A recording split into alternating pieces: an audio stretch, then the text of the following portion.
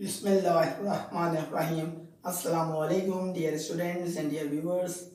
First year के topic general की MCQ से रिलेटेड आज हमारा थर्ड वीडियो लेक्चर है और जनरल के टॉपिक से रिलेटेड बोर्ड के ऊपर आपको नजर आ रहा होगा ये हमारा अल्हम्दुलिल्लाह 10th वीडियो लेक्चर है। स्टूडेंट्स हम फर्स्ट ईयर के जनरल के टॉपिक से रिलेटेड एमसीक्यूज अपलोड कर रहे हैं। उम्मीद है कि आपको अच्छी तरह से समझ में आ रही होंगी। आज हम मजीद 5 अलग अलग एमसीक्यू से रिलेटेड इंशाल्लाह ताला आपको इन्फॉर्मेशन देने जा रहे हैं। आइए देखते हैं कि पहली एमसीक्यू आज की तारीख की वो उसमें क्या लिखा हुआ है। ओवरऑल हमारी आज 11th एमसीक्यू शुरू हो गई है। Which is not a debit nature account, कौन सा इन 4 ऑप्शंस के अंदर डेबिट नेचर अकाउंट है। पहली बात तो स्टूडेंट्स आपको ये बात अच्छी तरीके से समझ में आ जानी चाहिए, बल्कि अब तक जहन नशीन हो जानी चाहिए कि कौन कौन से अकाउंट्स डेबिट में होते हैं, कौन कौन से अकाउंट्स क्रेडिट में होते हैं। ऑलरेडी मैं ये बात इन्फॉर्म कर चुका हूँ। जिन स्टूडेंट्स ने हमारी पिछली या उससे पिछली वीडियो नहीं देखी उनकी नॉलेज में इजाफे के लिए बात बता देता हूँ कि याद रखिएगा कि 5 तरह के जो अकाउंट्स हैं उनमें एसेट, आपके पास एक्सपेंसेस, इन दोनों का जो नॉर्मल बैलेंस होता है वो डेबिट साइड के ऊपर होता है, जबकि लायबिलिटी है, कैपिटल है और आपके पास रेवेन्यू है, इन तीनों का नॉर्मल बैलेंस पाया जाता है क्रेडिट साइड के ऊपर। क्या बात बोलते जा रही है आपसे, एसेट और एक्सपेंसेस अगर होगा तो इनका नॉर्मल बैलेंस कहाँ पाया जाएगा, डेबिट साइड के ऊपर। नॉर्मल बैलेंस का क्या मतलब होता है, आमतौर पर ये सारे अकाउंट्स एसेट्स और एक्सपेंसेस से रिलेटेड डेबिट साइड पर पाए जाते हैं। अलबत्ता लायबिलिटीज अगर हो, कैपिटल अगर हो, रेवेन्यू अगर हो किसी भी किस्म की, तो उसका नॉर्मल बैलेंस पाया जाता है क्रेडिट साइड पर। इस बात की रोशनी में इस एमसीक्यू को हम अटेम्प्ट करने की कोशिश करते हैं। कहते हैं which is not a debit nature account. ख्याल है ये नहीं कह रहा है which is a debit nature account, कह रहा है which is not a debit nature account. अल्फाज से बहुत ज्यादा और किया मैंने। डेबिट नेचर अकाउंट इनमें से कौन नहीं है। तो सबसे पहले तो ये बात याद रखिएगा कि जो भी हेड्स आपके पास सवाल में गिवन होंगे आप फौरन आंख बंद करके फैसला नहीं करेंगे, बल्कि सबसे पहले फैसला ये करेंगे कि जो भी हेड लिखा हुआ है उस हेड की नेचर क्या है। नेचर से क्या मुराद है, आपको फैसला करना पड़ेगा। एसेट है, लायबिलिटी है, कैपिटल है, एक्सपेंस है या रेवेन्यू है। सबसे पहले ये फैसला करेंगे और इस फैसले के करने के बाद अगला फैसला आप ये करेंगे कि अगर एसेट है तो कहाँ पाया जाता है, डेबिट में। अगर एक्सपेंस है तो कहाँ पाया जाएगा, डेबिट में। और अगर ये तीनों है तो कहाँ पाए जाएंगे, क्रेडिट में। इस तरह से आपको डिसीजन लेना है। पहला हेड लिखा हुआ है अनएक्सपायर्ड रेंट। एक्सपायर्ड का मतलब आप जानते हैं कि एक्सपायर हो गया। अनएक्सपायर्ड का मतलब अभी एक्सपायर नहीं हुआ। और हर वो चीज जो एक्सपायर नहीं हुई होती है वो क्या होती है, प्रीपेड। प्रीपेड की नेचर क्या होती है, एसेट। इसका मतलब ये हुआ, ये तो हो गया एसेट, जानबूझ के लिख रहा हूँ। अगला है आपके पास जो सवाल है, जो आपके ऑप्शन है, purchase of machine on cash. Machine आप खरीद के लिया है और कैश पे खरीद के लिया है, तो मुझे बताइए मशीन जो आप खरीद के लिया है क्या ये डेबिट में पाया जाता है, बिल्कुल डेबिट में पाया जाता है। और एसेट है और डेबिट में पाया जाता है। इसी तरीके से पहला वाला जो है, सॉरी मैं नीचे आ गया, सेकंड नंबर एमसीक्यू पे चला गया। ऊपर वाला एमसीक्यू देखते हैं। ऊपर वाला एमसीक्यू में क्या कह रहे हैं, एक्रूड टेलीफोन एक्सपेंस। याद रखिएगा टेलीफोन एक्सपेंस के साथ लफ्ज एक्रूड आ रहा है। एक्रूड का मतलब होता है वाजिबुल अदा, और वाजिबुल अदा का क्या मतलब होता है, आपकी लायबिलिटी होती है। लिहाजा लायबिलिटी जो होती है उसका नॉर्मल बैलेंस कहाँ पाया जाता है, क्रेडिट पर। फिर आपके पास थर्ड ऑप्शन के अंदर इंश्योरेंस एक्सपेंस। एक्सपेंस है तो जैसे होता है डेबिट में पाया जाएगा और ये हैवी एक्सपेंस। फोर्थ ऑप्शन क्या है आपके पास, सेल्स रिटर्न अलाउंस। याद रखिएगा स्टूडेंट, सेल्स रिटर्न अलाउंस क्या होता है, ये सेल्स का कॉन्ट्रा अकाउंट होता है। और अगर ये सेल्स का कॉन्ट्रा अकाउंट होता है तो सेल्स खुद कहाँ पाया जाता है, सेल्स रेवेन्यू है, पाया जाएगा क्रेडिट साइड के ऊपर। और सेल्स रिटर्न अलाउंस जो है वो सेल्स का कॉन्ट्रा अकाउंट है, लिहाजा ये पाया जाएगा डेबिट साइड के ऊपर। और इसको नेचर इसकी क्या मानी जाएगी, इसकी नेचर स्टूडेंट मानी जाएगी एक्सपेंस, और एक्सपेंस के तौर पर हम इसको ले लेंगे डेबिट साइड के ऊपर। याद रखिएगा सेल्स रिटर्न अलाउंस बताते खुद एक्सपेंस नहीं होता। खर्चा जो सही मायनों में इसके मायने होते हैं एक्सपेंस के, बताते खुद ये खर्चा नहीं है। एक्सपेंस के तौर पर हम ट्रीट क्यों करते हैं इसको, क्योंकि सेल्स रिटर्न अलाउंस दरअसल सेल्स का कॉन्ट्रा अकाउंट है। सेल्स का मतलब क्या होता है, रेवेन्यू अकाउंट है, रेवेन्यू जनरेट हो रही है। और सेल्स रिटर्न होने का मतलब होता है जो बिका हुआ माल है वो आपके पास वापस आ गया। जब वापस आ गया तो सेल्स की अमाउंट कंपैरेटिवली थोड़ी सी कम हो जाएगी। और चूंकि सेल्स की अमाउंट कम हो रही है, लिहाजा सेल्स की अपनी नेचर क्या है, रेवेन्यू है। और वो अकाउंट जो रेवेन्यू को कम कर दे, डिक्रीज कर दे, उस अकाउंट को आप बोलेंगे एक्सपेंस अकाउंट। लिहाजा सेल्स रिटर्न जो है वो एक्सपेंस और एक्सपेंस डेबिट में पाया जाता है। अब आप सवाल पे वापस जाइए। कहते हैं which is not a debit nature account. इनमें से कौन सा वाला डेबिट नेचर अकाउंट नहीं है। अनएक्सपायर्ड रेंट ये डेबिट नेचर अकाउंट है एसेट की वजह से। Insurance expense debit nature account है एक्सपेंस की वजह से। एक्रूड टेलीफोन एक्सपेंस यानी कि टेलीफोन एक्सपेंस अभी आपने पे नहीं किया, आपकी लायबिलिटी है, लिहाजा इसकी ये जो है क्रेडिट नेचर है। सेल्स रिटर्न अलाउंस ये भी डेबिट में, इसका मतलब जो हुआ है स्टूडेंट्स, सही ऑप्शन इसका हो जाएगा बी। और बी क्यों हो जाएगा? क्योंकि बी जो है वो आपके पास लायबिलिटी है और लायबिलिटी का नॉर्मल बैलेंस कहाँ पाया जाता है? क्रेडिट में पाया जाता है और ये डेबिट नेचर अकाउंट नहीं कहलाएगा। स्टूडेंट बताएगा आपके पास ये बात समझ में आ गई हो तो हम जाते हैं सेकंड ऑप्शन की तरफ, सेकंड एमसीक्यू की तरफ। कहते हैं following transaction is an example of, ये जो ट्रांजैक्शन नीचे आने वाली है ये एक मिसाल है। बताएं किस चीज की मिसाल है? Of increase in one asset, एक एसेट बढ़ रहा है, and decrease in another asset, एक एसेट के अंदर इजाफा हो रहा है और किसी दूसरे एसेट के अंदर कमी हो रही है। बारी बारी हम चारों ऑप्शंस को देखेंगे और ये चेक करते हैं कि एसेट हमारा बढ़ रहा है एक तरफ और दूसरी तरफ एसेट कम हो रहा है, बात पूरी हो रही है या नहीं हो रही है। पहले कहते हैं purchase of machine on account. On account का मतलब होता है ऑन क्रेडिट, उधार के ऊपर। बताएं जब भी हम मशीन खरीदते हैं तो क्या एसेट आपका बढ़ जाता है? जब आप एसेट यहाँ पे बढ़ रहा है, लेकिन दूसरी तरफ आपकी लायबिलिटी भी बढ़ रही है। एक तरफ एसेट बढ़ रहा है, एक तरफ लायबिलिटी बढ़ रही है, लिहाजा ये ऑप्शन गलत हो गया। सेकंड ऑप्शन की तरफ जाते हैं। परचेज ऑफ मशीन, मशीन खरीद के लाए, मशीन आपका एसेट अकाउंट होता है, एसेट में इजाफा है यानी कि एसेट बढ़ रहा है। ऑन कैश का मतलब होता है आपने पेमेंट कर दी, कैश आपके पास से चला गया, कैश में कमी हो गई। एक तरफ आपका एसेट बढ़ रहा है और एक तरफ आपका एसेट कम हो रहा है, इसका मतलब सही ऑप्शन आपने ढूंढने में कामयाब हो चुके हैं जो कि बी है। सीओटी पे भी एक नजर डाल लेते हैं। Purchase of machine on 20 day note, machine खरीद के ला रहे हैं, मशीन आपका एसेट है, एसेट में इजाफा है, लेकिन दूसरी तरफ 20 डे नोट पे खरीद के ला रहे हैं। 20 डे नोट का मतलब क्या होता है स्टूडेंट्स? उधार पे खरीद के ला रहे हैं। 20 दिन का नोट है, 20 दिन के नोट का मतलब यू हैव टू पे द अमाउंट आफ्टर 20 डेज और विद इन 20 डेज। 20 दिन के अंदर अंदर आपको अमाउंट पे कर देनी है। मैक्सिमम जो आपकी लिमिट है अमाउंट को पे करने की वो है 20 दिन। इसका मतलब ये उधार पे खरीद के लिया है तो आपकी लायबिलिटी बढ़ेगी और दूसरी तरफ आपका एसेट भी बढ़ेगा, जो रिक्वायरमेंट है वो पूरी नहीं हो रही। चौथा ऑप्शन है आपके पास ऑल ऑफ अबव, सारे ऑप्शन सही हैं, तो जवाब है सारे ऑप्शन सही हैं। ये जुमला भी गलत है, लिहाजा डी भी गलत हो गया और सी भी गलत हो गया। जाते हैं हम 13th एमसीक्यू की तरफ और आज की हमारी थर्ड एमसीक्यू है। Mister Ahmad is a distributor of goods. Goods आपको पता है मर्चेंडाइज को कहते हैं, हर वो चीज गुड्स के जुमरे में आती है जिसको आप इस नियत इरादे से खरीदें कि आगे जाके आपको बेचना है। गुड्स के डिस्ट्रीब्यूटर है कौन? मिस्टर अहमद। डिस्ट्रीब्यूटर कौन होता है? जो माल को एक जगह से दूसरी जगह पहुंचाता है। पीओसी के सब्जेक्ट के अंदर आप इसकी तफसीलात पढ़ रहे होंगे। गुड्स का डिस्ट्रीब्यूटर है कौन? मिस्टर अहमद। ही अर्न यानी कि मिस्टर अहमद ने कमाया कितने रुपए? 50,000 रुपए। किस बात के कमाए? कमीशन उन्होंने हासिल किया और कमीशन कैश के ऊपर हासिल किया। याद रखिएगा मिस्टर अहमद माल को एक जगह से दूसरी जगह डिस्ट्रीब्यूट करते हैं, पहुंचाते हैं, शहर भर में उनका एक पूरा एक नेटवर्क फैला हुआ है। और मिस्टर अहमद ने कितने पैसे कमा लिए? 50,000 रुपए। किस बात के कमा लिए? कमीशन के तौर पर। कमीशन याद रखिएगा रेवेन्यू होती है जो कि मिस्टर अहमद ने जनरेट कर ली। किस बुनियाद के ऊपर? As an agent. एजेंट का काम क्या होता है कि माल को एक जगह से दूसरी जगह वो पहुंचा देता है और जो पैसे उसको मिलते हैं उसका कमीशन होता है। Double entry effect would be, एक नई टर्म आपके पास आ रही है, डबल एंट्री इफेक्ट। याद रखिएगा अकाउंटिंग जो आपको फॉलो करनी है तमाम की तमाम ट्रांजैक्शंस को अपने पास रिकॉर्ड करने के लिए, तो आपको डबल एंट्री इफेक्ट को फॉलो करना पड़ेगा। डबल एंट्री इफेक्ट का क्या मतलब होता है स्टूडेंट्स? कि हर ट्रांजैक्शन का कोई ना कोई डेबिट होगा और कोई ना कोई क्रेडिट होगा।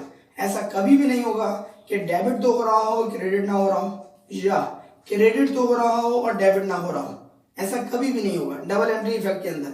याद रखिएगा डबल एंट्री इफेक्ट में to each and every debit there must be a credit amount. Credit amount या क्रेडिट अकाउंट लाजमी तौर पर कुछ ना कुछ इन्वॉल्व होगा।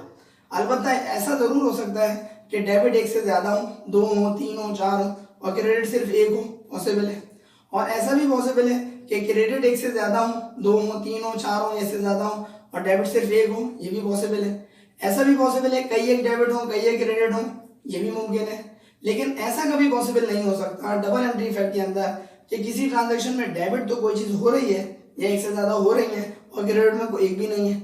या ऐसा भी कभी नहीं हो सकता कि क्रेडिट में जो है वो एक या एक से ज्यादा अकाउंट्स आ रहे हैं और डेबिट में कोई भी नहीं आ रहा। इट मीन्स दैट ये लाजमी है कि डेबिट अगर है तो क्रेडिट लाजमी होगा, और अगर क्रेडिट अगर है तो डेबिट लाजमी होगा। कहाँ पर? डबल एंट्री इफेक्ट के अंदर। स्टूडेंट बताएं, आपको इस ट्रांजेक्शन को पढ़ के 4 ऑप्शन जो आ रहे हैं उनमें से बताना है कि सही ऑप्शन कौन सा है।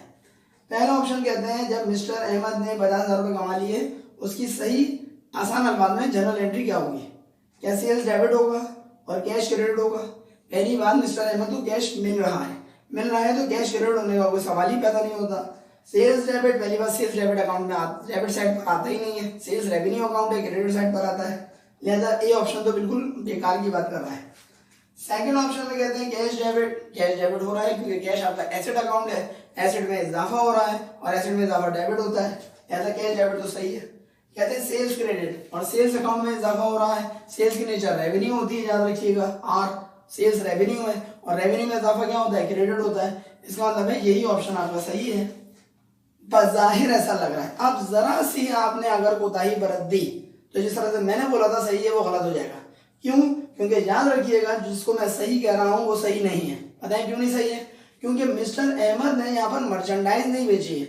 जब भी मर्चेंडाइज बेचते हैं तो सेल्स क्रेडिट में जाता है और कैश जाहिर सी बात है डेबिट हो जाएगा अगर कैश मिल रहा है, लेकिन यहाँ पर मिस्टर अहमद ने मर्चेंडाइज तो बेची नहीं है, लिहाजा बी ऑप्शन भी सही नहीं है। जाते हैं सी ऑप्शन की तरफ। सी ऑप्शन में कहते हैं कमीशन इनकम डेबिट हो रहा है, कैश क्रेडिट हो रहा है। ये ऑप्शन भी गलत है क्योंकि कैश में कमी थोड़ी हो रही है, कैश में कमी होती है तो क्रेडिट में जाता है, और कमीशन इनकम डेबिट, ये भी गलत हो जाएगी बात। चौथा ऑप्शन जो है वही हमारे पास सही ऑप्शन है। और देखें चौथे ऑप्शन में क्या कह रहा है? कैश डेबिट हो रहा है, कैश में इजाफा डेबिट होता है, एसेट में इजाफा डेबिट है, और कमीशन इनकम में भी इजाफा हो रहा है। याद रखिएगा स्टूडेंट्स, कमीशन इनकम एक रेवेन्यू अकाउंट है और रेवेन्यू में जो इजाफा होता है वो क्या होता है? क्रेडिट। तो सही ऑप्शन डी है। स्टूडेंट्स एक दफा फिर मैं रिपीट कर दूं कि सेल्स क्रेडिट और कैश डेबिट ये ऑप्शन कब सही होगा? जब मिस्टर अहमद ने मर्चेंडाइज बेची होती। मर्चेंडाइज जब भी आप बेचेंगे तो कैश डेबिट में चला जाएगा क्योंकि कैश आपको मिल रहा है, और सेल्स अकाउंट जो है वो क्रेडिट साइड पर जाएगा क्योंकि जब भी आप मर्चेंडाइज फरोख्त करते हैं, मर्चेंडाइज सामान्य तिजारत, गुड्स या स्टॉक, सबका एक ही मतलब है। जब मर्चेंडाइज आप बेचते हैं तो सेल्स अकाउंट क्रेडिट कर देते हैं। स्टूडेंट्स अब हम जा रहे हैं 14th MCQ की जाने। देखते हैं 14th MCQ में क्या लिखा हुआ है। वजाहत विड्रू कैश, वजाहत ने कैश ड्रॉ किया, कितने? 14,000। बताएं वजाहत साहब कौन है? कारोबार के ओनर हैं, कारोबार के मालिक हैं। उन्होंने 14,000 रुपए कैश जो है वो विड्रॉ कर लिया, यानी कि निकाल लिया। भाई कहाँ से निकाला? फ्रॉम बैंक, यानी कि बैंक से निकाला। भाई किस मकसद के लिए निकाला? For his personal use.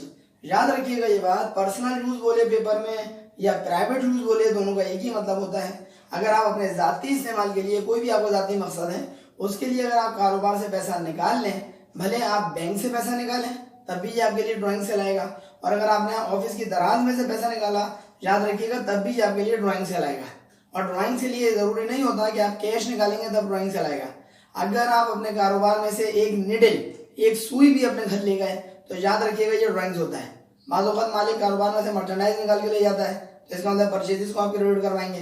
बाज़-औक़ात cash निकाल के ले जाता है तो कैश क्रेडिट करवाएंगे। बाज़-औक़ात फर्नीचर उठा के फर्स्ट घर ले गया, फर्नीचर क्रेडिट में चला जाएगा। क्यों? क्योंकि जाती इस्तेमाल के लिए आप कोई भी चीज़ बैंक से या किसी भी जगह से अपने कारोबार में से निकालते हैं तो याद रखिएगा वो आपका ड्राइंग्स कहलाता है। ड्राइंग्स का मतलब क्या होता है? कैपिटल को कम कर देने वाला अकाउंट। कैपिटल जब बढ़ता है स्टूडेंट्स को कहा जाता है, आपको पता है, क्रेडिट साइड पर, और कैपिटल में जब कमी हो जाएगी तो उसका नाम हम देते हैं अकाउंटिंग की जबान में ड्राइंग्स, और ड्राइंग्स में इजाफा होता है और ड्राइंग्स में इजाफा होता है डेबिट। कैपिटल बढ़ता है तो क्रेडिट, ड्राइंग्स बढ़ता है तो डेबिट। याद रखिएगा drawings is the Contra account of capital. Contra कहते हैं उलट को। जरा देखिएगा ट्रांजेक्शन में क्या कहते हैं। वजाहत विड्रू कैश, वजाहत ने कैश निकाल लिया, 14,000 रुपए निकाला फ्रॉम बैंक, बैंक से निकाला, अपने जाती इस्तेमाल के लिए निकाला। Double entry effect would be, double entry effect क्या होगा बताएं। पहला ऑप्शन इन्होंने देगा कि कैश डेबिट। कैश डेबिट होने का मतलब होता है कैश में इजाफा हो रहा है, कैश आपका एसेट अकाउंट है। भाई क्या कैश बढ़ेगा? कैश तो बढ़ ही नहीं रहा, कैश में तो उल्टा कमी हो रही है। और कैपिटल में कह रहे हैं क्रेडिट। अच्छा, जब दो ऑप्शन में से याद रखिएगा, दो ऑप्शन नहीं है, मतलब एक ही ऑप्शन है। एक ऑप्शन की जब एक हिस्सा आपका गलत हो जाए तो दूसरे हिस्से को देखने की जरूरत भी नहीं होनी चाहिए, क्योंकि अगर फर्ज करें ये हिस्सा सही भी है तो पहला हिस्सा गलत हो चुका है। जब फर्ज करें पहला हिस्सा सही है लेकिन दूसरा हिस्सा गलत है तब भी बेकार हो जाएगा। इसका मतलब ये हुआ कि आपको दोनों हिस्से सही होने चाहिए अगर इस तरह की कोई ट्रांजेक्शन आ रही है या उसका कोई ऑप्शन आ रहा है। कहते हैं कैश डेबिट, तो भाई कैश तो डेबिट हो ही नहीं रहा, तो अब आपको ये देखने की जरूरत नहीं है कैपिटल क्रेडिट सही है या गलत है। फिलहाल कैपिटल क्रेडिट ये भी गलत लिखा हुआ है।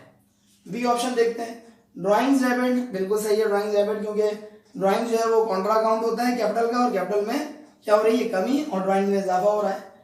बताइए ड्राइंग्स में तो डेबिट आपने करा दिया कि कैश क्रेडिट हो रहा है, बहुत एहतियात से आपको देखना पड़ेगा कि यहाँ पर लिखा हुआ है फ्रॉम बैंक, बैंक से पैसा निकाल रहा है।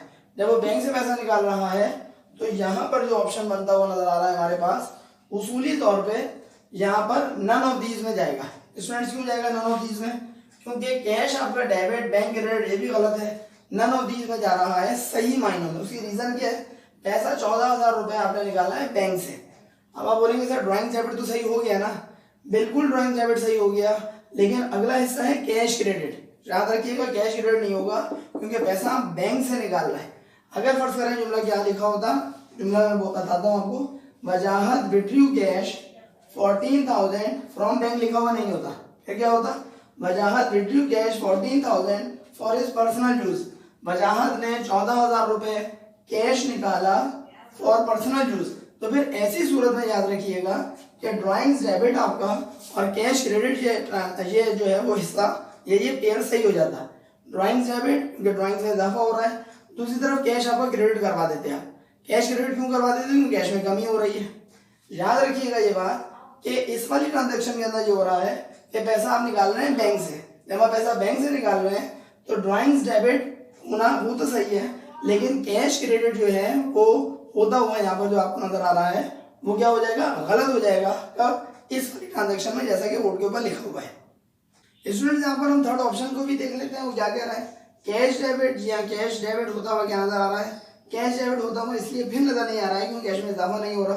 अब ये वाला हिस्सा देखने की फिर जरूरत नहीं है, कह रहा है बैंक क्रेडिट, बैंक में कमी हो रही है। इत्तला कर दे बैंक क्रेडिट होता हुआ ये बिल्कुल सही हिस्सा है, लेकिन ये वाला हिस्सा आपका गलत हो गया क्योंकि यहाँ पे ड्राइंग डेबिट होना चाहिए था। अच्छा, चौथा ऑप्शन क्या आपके पास? नन ऑफ दीज, इसमें से कोई भी जवाब सही नहीं है। तो एक दफा फिर मैं आपकी तवज्जो दिला दूं कि अगर लिखा होता कि विड्रू जब वजाहत विड्रू कैश 14,000, ये अल्फाज लिखे हुए अगर नहीं होते और ट्रांजेक्शन कुछ इस तरह से होती, वजाहत withdrew cash 14,000 for his personal use, तो फिर ऐसी सूरत में ड्राइंग डेबिट और कैश क्रेडिट बिल्कुल सही हो जाता। क्यों? क्योंकि बैंक लिखा हुआ नहीं है। अब प्रॉब्लम ये है कि वजाहत साहब ने 14,000 रुपए बैंक से निकाले, तो अब सही एंट्री होनी चाहिए ड्राइंग्स डेबिट और बैंक क्रेडिट। चेक करिए चारों ऑप्शंस में क्या ड्राइंग्स डेबिट और बैंक क्रेडिट मौजूद है? जवाब है चारों में से किसी भी जगह मौजूद नहीं है, लिहाजा इसका सही जवाब हो जाएगा none of these. None of these का मतलब किसी भी ऑप्शन में सही जवाब मौजूद नहीं है। Clear students? लास्ट हम एमसीक्यू की तरफ जा रहे हैं। कहते हैं आसिम विड्रू कैश। आसिम साहब ने कैश निकाल लिया, ये एक नया बंदा है, नया ओनर है, अपने बिजनेस से कैश निकाल रहा है। कितने? 10,000 रुपए फ्रॉम बैंक, बैंक से निकाल रहा है फॉर हिज ऑफिस यूज। यहाँ पे टर्मिनोलॉजी बदल गई। ऑफिस यूज का एक दूसरा नाम क्या होता है? Business use. इस मर्तबा भी देखें आप गौर से, पैसा बैंक से निकाला जा रहा है, फ्रॉम बैंक लिखा हुआ है, जैसे कि पहले बैंक लिखा हुआ था, लेकिन बैंक से जो पैसा निकाला जा रहा है वो पर्सनल यूज के लिए नहीं निकाला जा रहा, बल्कि ऑफिस के इस्तेमाल के लिए निकाला जा रहा है। ऑफिस के इस्तेमाल का मतलब होता है बिजनेस यूज, कारोबारी इस्तेमाल। यानी कि आपने बैंक से पैसा निकाला और पैसा निकालने के बाद वो पैसा आप लाके ऑफिस की दराज में डाल देंगे। जब आप ऑफिस की दराज में पैसा डाल देंगे तो उसको अपने जाती मकासद के लिए, जाती इस्तेमाल के लिए यूज नहीं करेंगे। जब आप यूज नहीं करेंगे तो इसका मतलब वो पैसा किस मकसद के लिए यूज होगा? जब आप एक कारोबारी मकासद के लिए यूज होगा। पैसा बैंक से निकाल लिया, बैंक में तो कमी हो जाएगी, और ऑफिस की दराज में पैसा जब आ जाएगा तो कैश में इजाफा हो जाएगा। अब अगर ये ऑप्शन आपको समझ में आ रहा है, जिनके ये ट्रांजेक्शन समझ में आ रही है, तो कहते हैं डबल एंट्री इफेक्ट आपको बताना है, वुड बी, उनमें से क्या होगा बताएं स्टूडेंट्स। पैसा जब आपने निकाल लिया बैंक से तो ऑफिस की दराज में कैश क्या बढ़ जाएगा? बढ़ जाएगा, कैश डेबिट होता हुआ सही है। कैपिटल कह रहे हैं क्रेडिट, कैपिटल से कोई लेना देना ही नहीं है। कैपिटल कहते हैं सरमाया, सरमाया कह रहे हैं बढ़ रहा है। ये ऑप्शन आपका गलत हो गया। बी ऑप्शन ये है बैंक डेबिट। इत्तलान से आपने पैसा बैंक से निकाला है तो बैंक में इजाफा कहाँ से हो जाएगा? बैंक में तो कमी होगी, लिहाजा बी ऑप्शन भी आपका गलत हो जाएगा। अब ये कैश क्रेडिट देखने की कोई जरूरत नहीं है क्योंकि पहला हिस्सा ही गलत हो गया। तीसरा ऑप्शन में कहते हैं कैश डेबिट, कैश में इजाफा हो रहा है, बिल्कुल इजाफा हो रहा है क्योंकि ऑफिस की दराज में कैश आप लेकर आ रहे हैं, और बैंक क्रेडिट आप करवा रहे हैं क्योंकि बैंक में कमी हो रही है। इट मीन्स दैट और third option is the correct one. Fourth option कहते हैं नन ऑफ दीज, इसमें से कोई भी नहीं है। तो जवाब ये है कि ये डी ऑप्शन गलत हो जाएगा, क्योंकि सी ऑप्शन सही जवाब है। स्टूडेंट्स, आज के इस लेक्चर के अंदर हमने आपको मजीद कुछ एमसीक्यूज समझाई हैं अल्हम्दुलिल्लाह, और समझाने की कोशिश की है।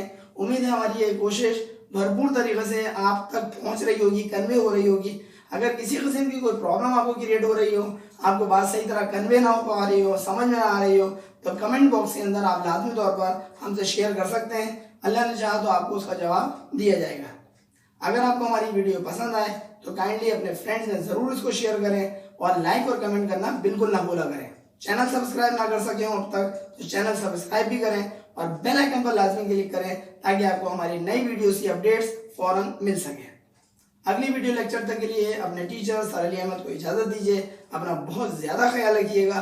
अस्सलाम वालेकुम।